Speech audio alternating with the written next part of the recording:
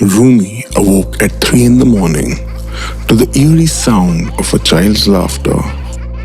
She couldn't believe it. She thought she had been entirely alone in this Airbnb she had rented.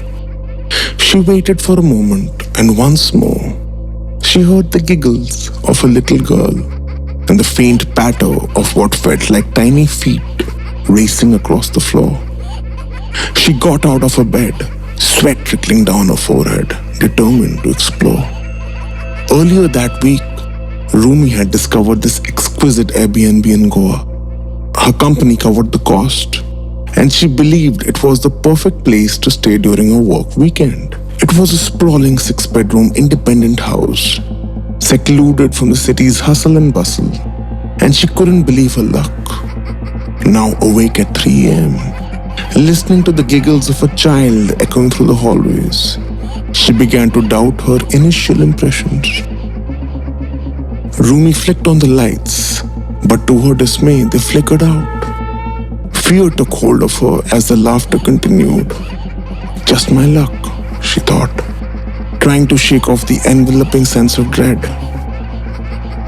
She used her phone's light and cautiously left her bedroom, following the sound of the child's laughter. It led her to the first floor, her heart pounding with every step. Upon entering the room from which the laughter emanated, it was evident the child was now in fits of uncontrollable glee. "Come out!" she commanded. But the child's laughter persisted. She swept her phone's flashlight around, and to her astonishment, the giggles seemed to be emanating from a cupboard in the room. She gingerly opened it, her heart gripped by fear.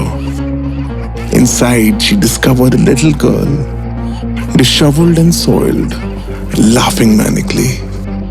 Rumi was overcome with a terror she couldn't fathom.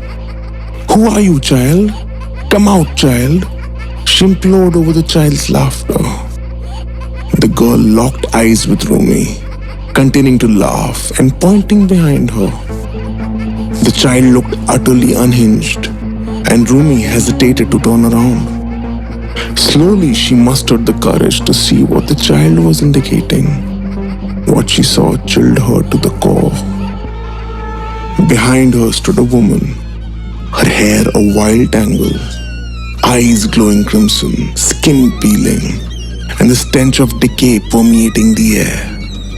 She moved across the room like a wounded creature, her clothes in tatters. Rumi gaped at this nightmarish figure in shock. Before she could react, the spectral woman lunged at her. What followed was a horrifying ordeal. The ghostly woman seized Rumi, sinking her monstrous teeth into her flesh, pinning her to the floor, and rendering her unconscious. Over the next hour, the ghostly apparition slowly consumed Rumi, the chilling soundtrack accompanied by the little girl's maniacal laughter echoing from the cupboard.